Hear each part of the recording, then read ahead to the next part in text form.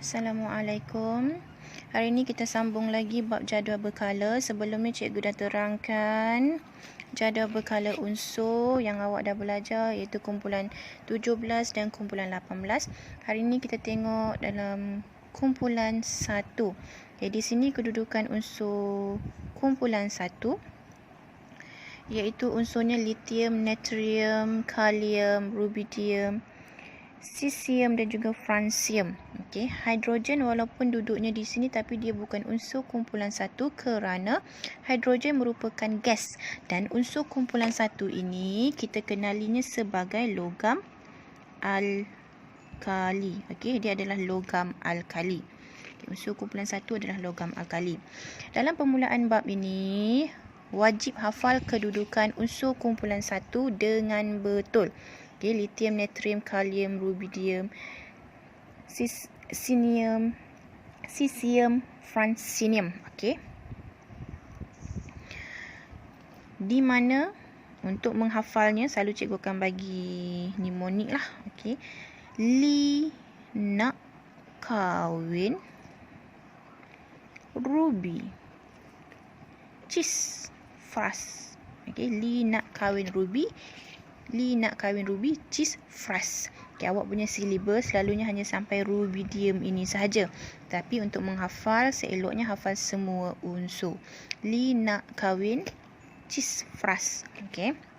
Ini unsur kumpulan 1. Dan berikutnya, kena tahu sifat fizik kumpulan 1. Secara umumnya, sifat fizik kumpulan 1 ada 5. Okey, ada 5. Yang pertama dari segi warna, warnanya adalah kelabu. Yang kedua, dia sangat lembut. Okey, dia lembut di mana boleh dipotong menggunakan pisau.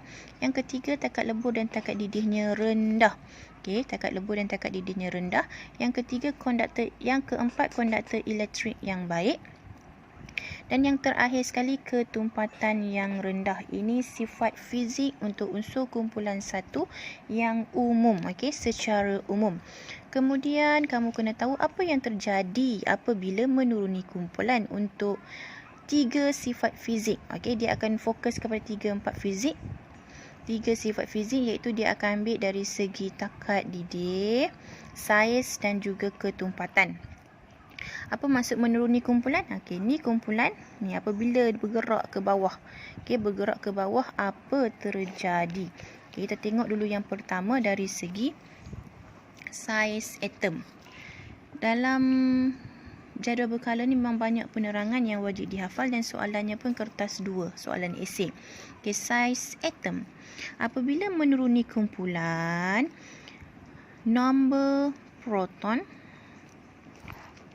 bertambah. Okey, apabila nombor proton bertambah menyebabkan bilangan petala berisi elektron bertambah. Ni cikgu buat simbol ni bertambah ya. Awak kena tulis, ni cikgu terangkan saja. Apabila bilangan petala berisi elektron bertambah menyebabkan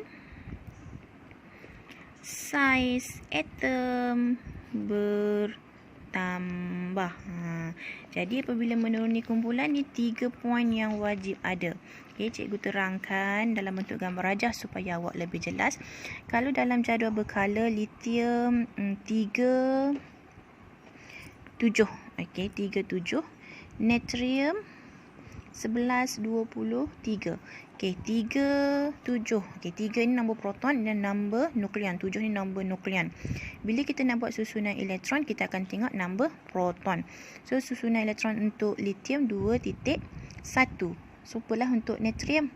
Tengok yang 11. So 2.8.1. Ini susunan elektronnya. Kalau cikgu lukis dalam bentuk rajah, lithium ada 2 petala. Okey, 2 petala, lengkapkan petala terluar iaitu nilai elektrovalennya hanya 1.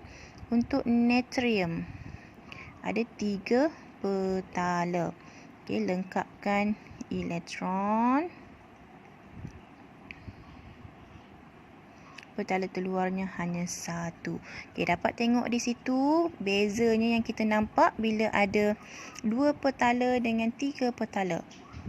Nombor proton 3, 11. Nombor proton bertambah.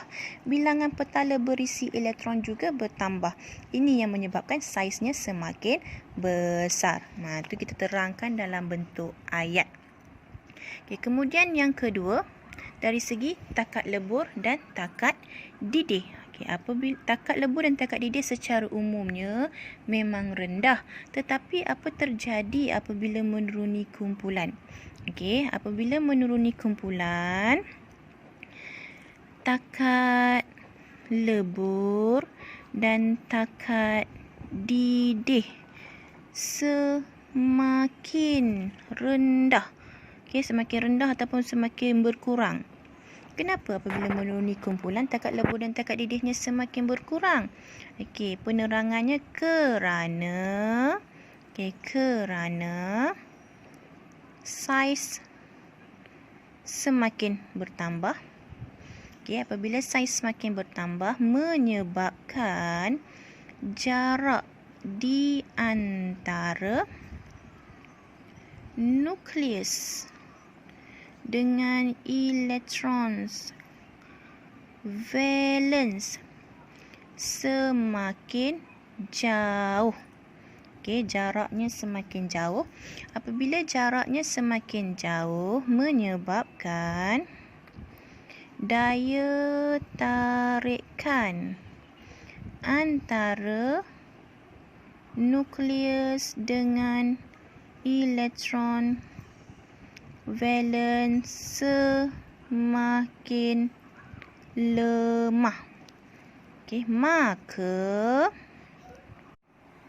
maka sedikit tenaga diperlukan untuk mengatasi daya tarikan tersebut.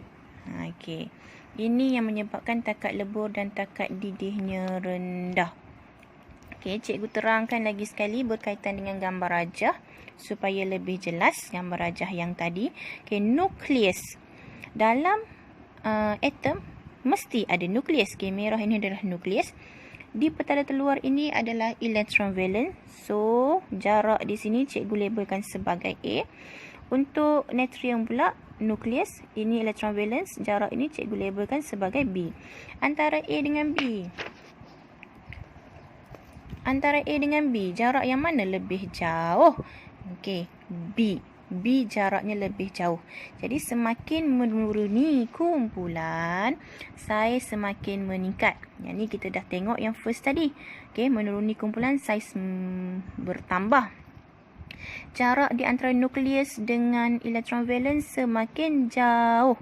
Bila jaraknya jauh, daya tarikan antara nukleus dengan elektron valence tu semakin lemah.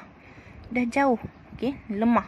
Bila dah lemah, kita akan kaitkan dengan tenaga. Sedikit. Poin yang cikgu bulatkan ni wajib ada ya. Sedikit tenaga diperlukan untuk mengatasi daya tarikan tersebut. Menyebabkan takat lebur dan takat didihnya semakin rendah. Ini poin yang wajib ada untuk takat lebur dan takat didih. Di sini mungkin boleh dapat 4 markah. Okay, kaitkan dengan saiz, jarak, kemudian daya tarikan, sedikit tenaga diperlukan. Okay, itu untuk takat lebur dan takat didih. Kemudian sifat fizik yang ketiga, semakin menuruni kumpulan apa yang terjadi? Dia punya ketumpatan semakin berkurang. Okey, apa jawapan yang perlu ada? Di sini kita akan kaitkan dengan jisim atom relatif. Di mana apabila menuruni kumpulan, jisim atom relatif semakin bertambah. So, ketumpatan bertambah. Senang sahaja. Okey, tengok sini balik untuk kefahaman yang lebih lagi. Jisim atom relatif untuk litium 7, natrium 23, kalium 39. Semakin menuruni, saiz tu semakin bertambah. Saiz atom relatif. Jisim atom relatif semakin bertambah. So, ketumpatan juga turut bertambah. Okey, ini adalah perkara asas untuk kumpulan. Satu yang wajib awak tahu dari segi unsur, sifat fizik dan juga apa yang terjadi apabila menuruni kumpulan. Okey, terima kasih.